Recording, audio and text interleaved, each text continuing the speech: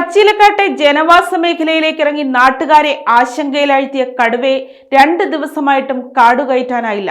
വനപാലകരുടെ ശ്രമം പരാജയപ്പെട്ടതോടെ wild life warden മയക്കുവെടി വെച്ച് പിടികൂടാനുള്ള ഉത്തരവിറക്കി. തിങ്കളാഴ്ച പടിക്കമ്പയിൽ പരിസരത്ത് കണ്ട കടുവ ചൊവ്വാഴ്ച 1.5 കിലോമീറ്റർ മാറി പനമരം മേച്ചേരിയിലെ പുളിക്കൽ വയലിലെത്തി. ജനവാസ മേഖലയോട് ചേർന്ന് നെൽപ്പാടത്തിനരികെ കുറ്റിക്കാട്ടിലാണ് കടുവയെ കണ്ടത്. രാവിലെ മുതൽ വിവിധ ഫോറസ്റ്റ് സ്റ്റേഷനുകളിലെ വനപാലകർ പ്രദേശത്ത് തമ്പടിച്ചു. മുത്തങ്ങയിൽ നിന്ന് കുങ്കിയാനകളെയും എത്തിച്ച് പരിശോധന തുടർന്നു. രാത്രി 8:30യോടെ പടക്കം പൊട്ടിച്ച് വനത്തിലേക്ക് തുരത്താൻ ശ്രമിച്ചെങ്കിലും കടുവ എരനെല്ലൂർ കുന്ന് ഭാഗത്തേക്ക് നീങ്ങി. 2 ദിവസമായി കടുവ വളർത്തുമൃഗങ്ങളെയോ മനുഷ്യരെയോ ആക്രമിച്ചിട്ടില്ല.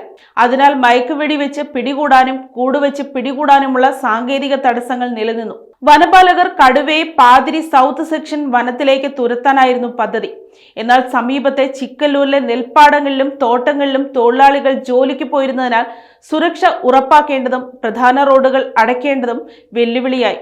ജനവാസ മേഖലയിൽ കടുവയെ കണ്ടെത്തിയ സാഹചര്യത്തിൽ പനമരം കണിയാമ്പറ്റ പഞ്ചായത്തിലെ വിവിധ വാർഡുകളിലെ സ്കൂളുകൾക്ക് ബുധനാഴ്ചയും കളക്ടർ അവധി പ്രഖ്യാപിച്ചു. കടുവയെ കാടുകയറ്റാനുള്ള ശ്രമം വിജയിച്ചില്ലെങ്കിൽ ബുധനാഴ്ച ആദ്യം കൂടുവെച്ച് പിടിക്കാനും അത് പരാജയപ്പെട്ടാൽ മയക്കുവെടി വെച്ച് പിടികൂടാനും ഉത്തരവിറക്കിയിട്ടുണ്ട്. വനപാലകരുടെ ദൗത്യം രാത്രി വൈകിയും തുടരുകയാണ്. നാട്ടുകാർ ആശങ്കയിൽ കഴിയുമ്പോൾ വനപാലകർ കടുവയെ സുരക്ഷിതമായി പിടികൂടാൻ ശ്രമം ശക്തമാക്കിയിരിക്കുകയാണ്. News desk Kottarakkara media.